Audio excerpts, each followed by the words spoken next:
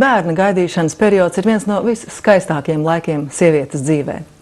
Tomēr šajā laikā īpaši ir jāparūpējas par sievietes veselību, lai bērniņš piedzimtu sveiks un vesels. Par to arī parunāsim šodienas raidījumā. Mans studijas viesis ir ārsts un SIA Ekomed valdes priekšsēdētājs Māris Belta. Labdien! Labdien! Un mums uz galda ir Pregnants Care produktu līnija, kurā atrodas visi nepieciešamie pārtikas bagātinātāji, lai sieviete šo laiku, kas saistās pat ar bērniņa ieņemšanu un varētu teikt, ka nobeidzas pat ar bērniņa zīdīšanu, pavadīt pēc iespējas veselīgāk un drošāk. Vai man ir taisnība, Māri? Vitabiotikas, izstrādājot savus vitamīnus, dažādos ir balstījies uz pētījumiem, kas mazina risku, mazina ticami risku, lai nebūtu iedzimti defekti, lai intelekts labi attīstītos, lai bērnu attīstība norisinātos normāli. Kā jūs domājat, vai sievietei stāvoklī noteikti būtu jālieto vēl kādas pārtikas piedevas, vai vienkārši pietikt ar to, ja viņi pārdomātu savu uzturu? Kā jūs domājat, cik te ir, cik tādi banāni būtu jāpēd? Te ir 7 banānu ķekars, vai pietiktu, lai uzņemtu pietiekamā daudzumā folskābi?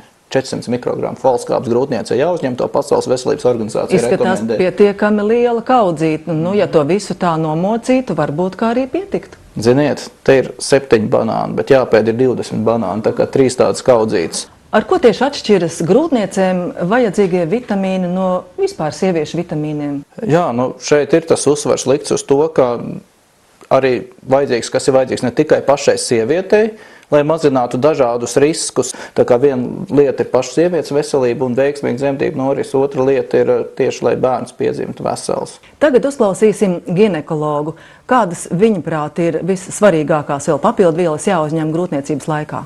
Viennozīmīgi visbūtiskākā lieta grūtniecēm, tīpaši grūtniecības sākumā, ir folskābe.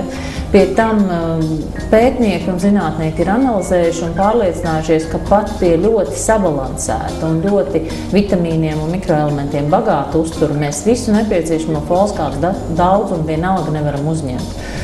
Folskābe ir atbildīga par to, pirmkārt, lai sievietes organismā būtu pietiekami kvalitatīvs asins sastāvs un lai neveidotos anēmija. Un otrkārt, tas ir ļoti būtisks vitamīns attiecībā uz mazuļu attīstību. Tieši pašos agrīnajos grūtniecības laikos, pirmajos 3 grūtniecības mēnešos, jo, ja ir izteikts folskābes deficīts, tad tas būtiski palielina risku dažādām ļoti nopietnām un ļoti smagām iedzimtām centrālās nervu sistēmas patoloģijām. Tādēļ mēs sievietēm kritiski būtiski iesakām lietot folskābi, un ne tikai tajā mirklī, kad viņi jau ir apzinājusies, ka grūtniecība ir iestājusies, bet faktiski visām tām, kas tikai plāno grūtniecību, jau vismaz 2-3 mēnešus pirms iespējamās grūtniecības iestāšanās tiek ieteikts lietot papildus uzturā folskābi. 2 vēl papildus lietas no mikroelementiem ir dzelzs daudzums, jo arī dzelzs, līdzīgi kā folskābe, ir atbildīga par kvalitatīvu asins sastāvu, līdz ar to par kvalitatīvu skābekļa transportu, un bez skābekļa, diemžēl, nav kvalitatīvas dzīvības, tīpaši jau mazuļi, kurus māmiņas gaida. Un otra lieta ir kalcijs, kas ir ļoti svarīgs mazuļa gan kaulaudu, gan zobu, gan arī nervu sistēmas struktūras veidošanā. Un, ja ir runa par, teiksim, speciālajām šīm te grūtnieču vitamīnu formulām, tad tur parasti ir jau iekšā gan folskābe, gan dzelzs un kalcijs, gan, protams, arī vēl citi, gan vitamīni, gan biežāk vai vairāk vajadzīgie mikroelementi. Man ir tāds jautājums, kādēļ daba ir tik neprātīgi ieplānojusi, ka tādos daudzumos būtu jāpatērē pārtikas produkti, lai uzņemtu visas vajadzīgās vielas? Mūsu dzīves ilgums ir ļoti pieaudzis, salīdzinot 100 gadus atpakaļ. Agrāk meitenei bija normāli precēties jau 16 gadu vecumā un kamēr vēl organisma resursi nav izsmelt un dzemdēt, un tad tas bija arī normāls skats, kad grūtniece bez zobiem staigā, un to misiju cilvēki pabeidz ļoti ātri, un ap 40 gadiem jau cilvēks laikam bija ļoti vecs un vietas, ja izdzīvoja pirms. Tad mūsdienās, protams, tas dzīves ilgums ir pieaudzis, un cilvēks nav pieredzis tik ilgi dzīvot, un viņam vajag šo papildus uzņēmt. Tāda būtu tā atbilde. sajūta. Nu, lūk, tad pievērsīsimies Pregnants Care līnijai. Nu, pastāstiet, kas tieši šajos produktos ir tāds, ar ko tie varbūt atšķiras no pārējiem aptiekās piedāvātajiem? Ir parastie grūtnieču vitamīni, tai pašā laikā pētot jaunākos pētījumus, ja parastajos ir iekšā tas viss, kas nu būtu vajadzīgs, kas jau tika pieminēts, arī gan jods, kas smadzeņu attīstībai, mikroelementi, šī folskābe, vitamīni, tas viss tur ir.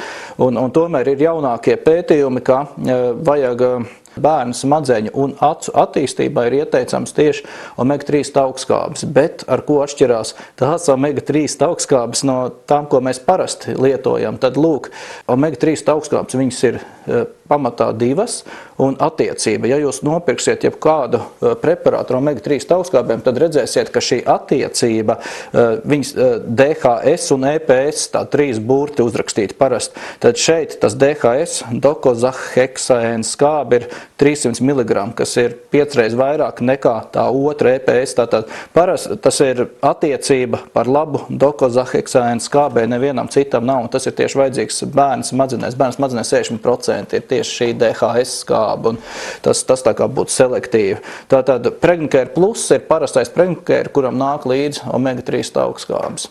Pregnacare jāsāk būt, ja mēs bērnu plānojam ideālajā variantā, kad dzīvē jau sanāk, kā sanāk, tad, protams, būtu vēlams vismaz 3 mēnešus jau sākt domāt un lietot vitamīnus, ne tikai vitamīnus. Tad sākot lietot šos vitamīnus ir speciāla formula Pregnacare Conception, kas no vienas puses arī ir domāts, lai sagatavotu vidi, lai bērns labi augtu, bet arī palielina varbūtību, klīniskajos pētījumos pierādīts, ka palielina varbūtību, ka notiks apaugļošanās. Pregnacare Conception ir tāds sastāvdaļas kā inozitols, kas ir klīniskajos pētījumos pierādīts, ka tas atbrīvo slāpekļa monoksīdu, uzlabo olnīcu apasiņošanu un dzemdes sekrēciju, tātad līdz ar to varbūtība, ka apaugļošanās notiks. Tāpat tās ir aspargīnas aminoskābe, kas arī šīs aminogrupas dod. Tāpat ir acetilcisteīns, kas lieliski palīdz gļoti šķidrināt, līdz ar to nav gļotu barjeras, faktiski, kas uzlabo to vidi, kad apaugļošanās iespējamība pieaug, un tas arī pierādīts klīniskajos pētījumos, ka Pregnacare Conception tas palīdz, arī neauglības gadījumos.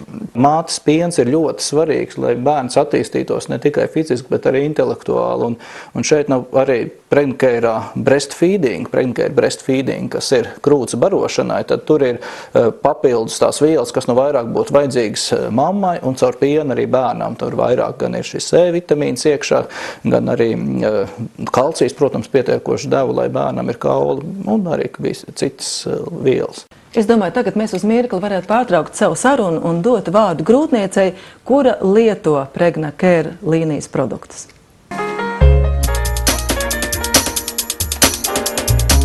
Par cik man šī grūtniecība jau ir otrā grūtniecība. Pirmā grūtniecība mums bija diezgan problemātiska vīra, par cik mums ir reizus nesaderība.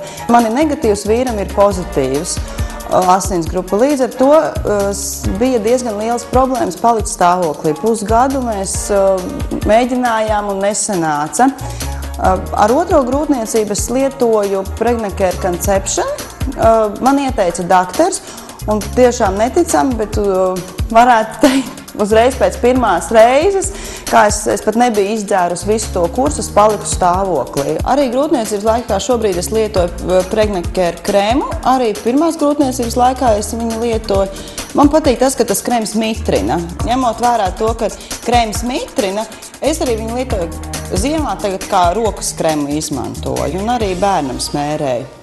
Nu, lūk, esam atpakaļ studijā, un tagad noskaidrosim, kā pareizi lietot šos uzturu bagātinātājus un kā tos var iegādāties. Iegādāties var jebkurā aptiekā, tāpat tās arī mūsu firmā Ekomed. Lielākā daļa no šiem vitamīniem ir lietojama vienreiz dienā, pie galvenās ēšanas reizes, tas ir vēlams pie pusdienām, uzdarot glāzi ūdens. Pregnacare breastfeeding ir lietojams 2 reizes dienā, jo tur ir arī kalcijs klāt, un tad, protams, tā tableta ir ļoti liela, un lai uzsūktos.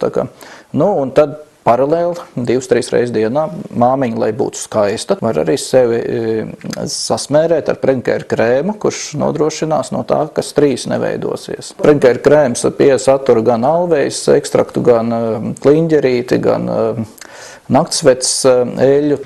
Paldies jums par sarunu un aicinu jūs